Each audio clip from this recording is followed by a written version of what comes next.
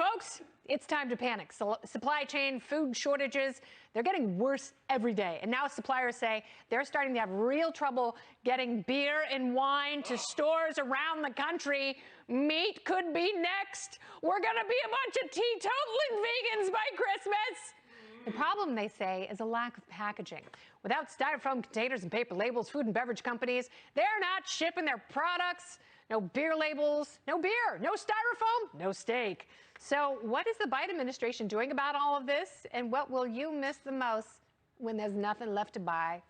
The panel is back. The party panel, that's right. It's a Tuesday. Tim Carney, Cohen, Kelly Hyman. Tim, I will start with you. When will people really start to panic and acknowledge that there is a supply chain crisis? So I might be the first one. We buy lots of stuff because we have lots of people in our house. How many children do you have now? At least 6 as of dinner tonight. Well done. It's Taco Tuesday, as you know, and the amount of ground beef that was consumed at my table was major. And this is the thing. What makes America a wealthy country has nothing to do with the money we have. It has to do with the ability we have to get beef onto my children, the ability to get the beer into my stomach. This is what makes us wealthy. Yeah. I make words, and then eventually I give words to some people, and then somebody else gives beef to me. If I give words to people, then I get money, and the money can't turn into beef and beer. We are no longer a wealthy country. So when the Biden administration jokes about this, Jen Psaki in the White House is saying, oh, well, I'm sorry if your treadmill is delayed.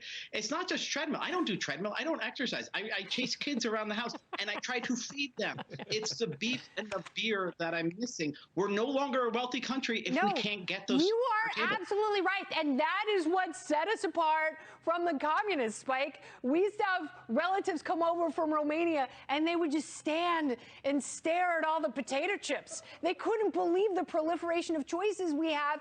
And that's what people want. Like millennials and Gen Zers who claim to be socialists, they will never be socialists because they love the choices.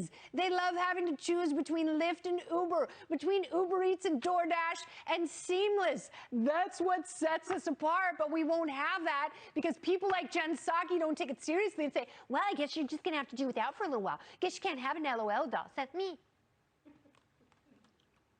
Yes. In Soviet Russia, Tim Beef words. No, here's the thing. Look, when we hear the Washington Post telling us to lower our expectations, we hear Jen Psaki and economic advisors in the Biden administration saying that this is a high-class problem, which is good to know. I'm glad to hear that our low-income friends and loved ones and neighbors aren't suffering in a major way from this.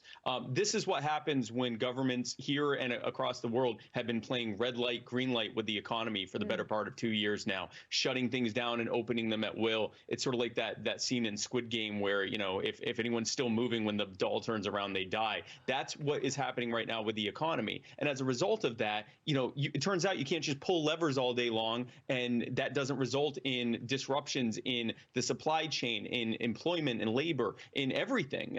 I fly every few days, and I've seen in real time what happens when you can't, you know, when everyone's getting furloughed because they told them that they were shutting down. Yeah. And as a result of that, they don't have enough workers, and that's affecting everything. It's affecting food, it's affecting everything else. And even before that, regulations like beef, we're talking about beef suppliers having to, if they want to sell it to consumers, they have to put their beef through an FDA-approved inspector instead of just being allowed to use any inspector or butcher and then providing it directly to consumers.